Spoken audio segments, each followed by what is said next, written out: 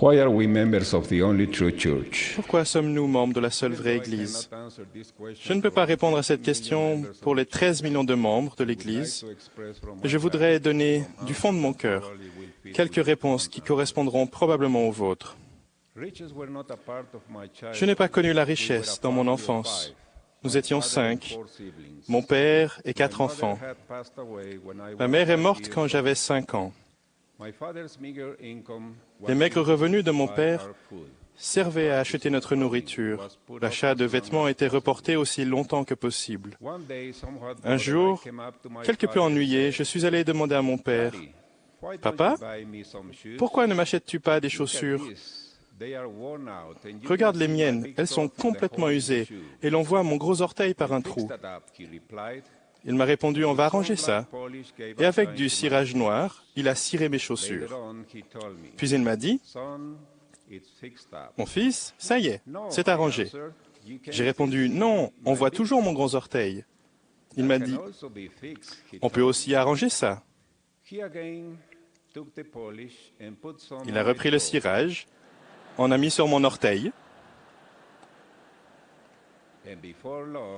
Il a fait briller comme mes chaussures.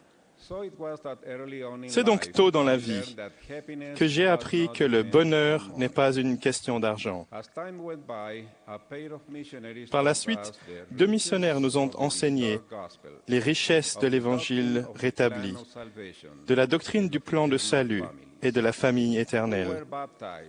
Nous nous sommes fait baptiser et quand mon père a été appelé président de district, son premier objectif a été de faire le voyage jusqu'au temple pour recevoir les bénédictions qui allaient découler de ce sacrifice. C'était un voyage de 15 jours, long de 8000 kilomètres.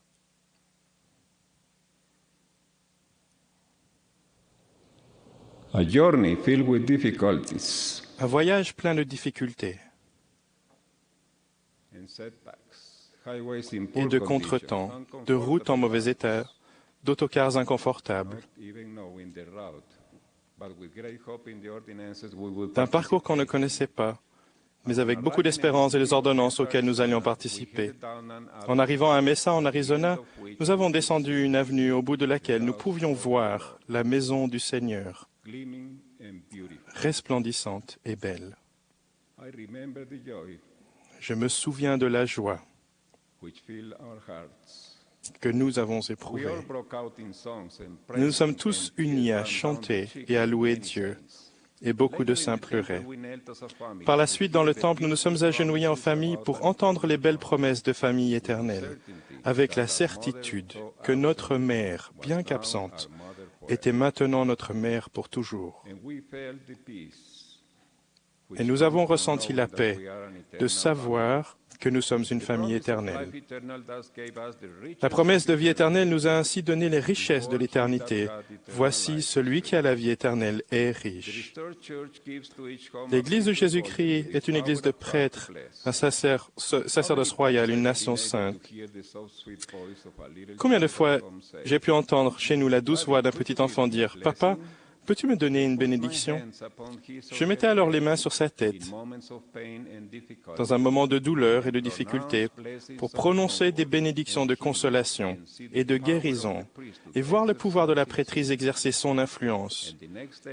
Et le lendemain, j'entendais cette petite voix dire « Merci, papa, j'ai bien dormi cette nuit. »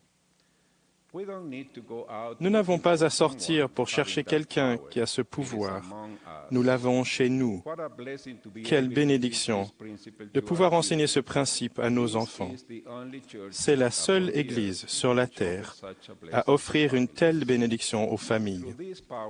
Par ce pouvoir, j'ai pu ordonner chacun de mes fils à la prêtrise et leur donner ainsi le pouvoir de Dieu d'administrer ses ordonnances.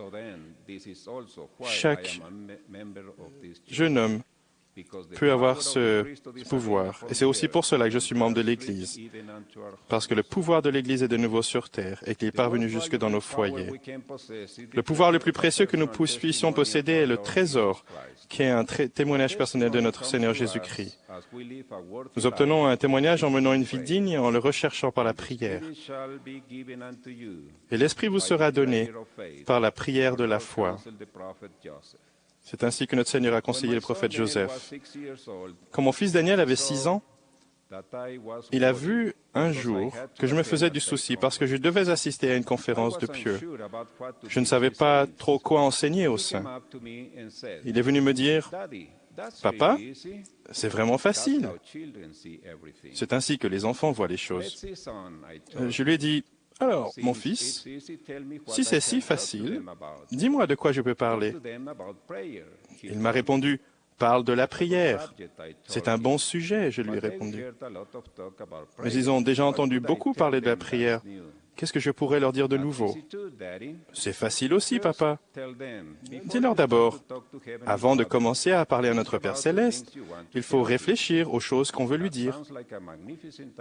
Cela semble être une idée merveilleuse. Ai-je répondu. Et ensuite, eh bien, quand on y a réfléchi, il faut lui dire. Quand on a fini, il faut attendre et voir s'il a quelque chose à nous dire. Ainsi, par nos prières, l'Esprit parle à notre esprit et nous témoigne de la réalité de notre Sauveur. Je suis émerveillé de l'amour dont mon Sauveur Jésus-Christ a fait preuve en descendant des demeures célestes et en venant dans un monde où la majorité des gens ont rejeté son message. Et bien qu'ils n'eussent pas le pouvoir de lui ôter la vie, ils l'ont condamné à mort. Le Christ a payé pour mes péchés, mes maladies, mes afflictions et mes chagrins. Sa douleur a été indescriptible. Luc a seulement mentionné que sa sueur devint comme des grumeaux de sang. Voici la raison principale de mon appartenance à l'Église, parce que le Saint-Esprit est entré dans mon cœur et m'a fait savoir que le Christ vit, qu'il est mon Sauveur, qu'il a payé pour mes péchés et qu'il a préparé le chemin pour que, si je mène une vie en accord avec ses préceptes, je puisse avoir toutes les autres bénédictions promises. Il y a quelques semaines, mon père est mort à son tour. Et plus que jamais, je suis reconnaissant à mon Dieu de la richesse et de la beauté de sa doctrine. Parce que la vie familiale peut continuer au-delà du seuil de la mort. Parce que la prêtrise royale a été rétablie sur la terre. Et parce que l'Esprit a parlé à mon esprit, me donnant le témoignage que mon Sauveur Jésus-Christ vit. Et que grâce à son intercession, je peux, si je suis fidèle, vivre avec lui. Pour cette raison, et pour d'autres encore, je suis membre de la seule vraie Église sur la face de la terre, et j'en serai éternellement reconnaissant. Au nom de Jésus-Christ. Amen.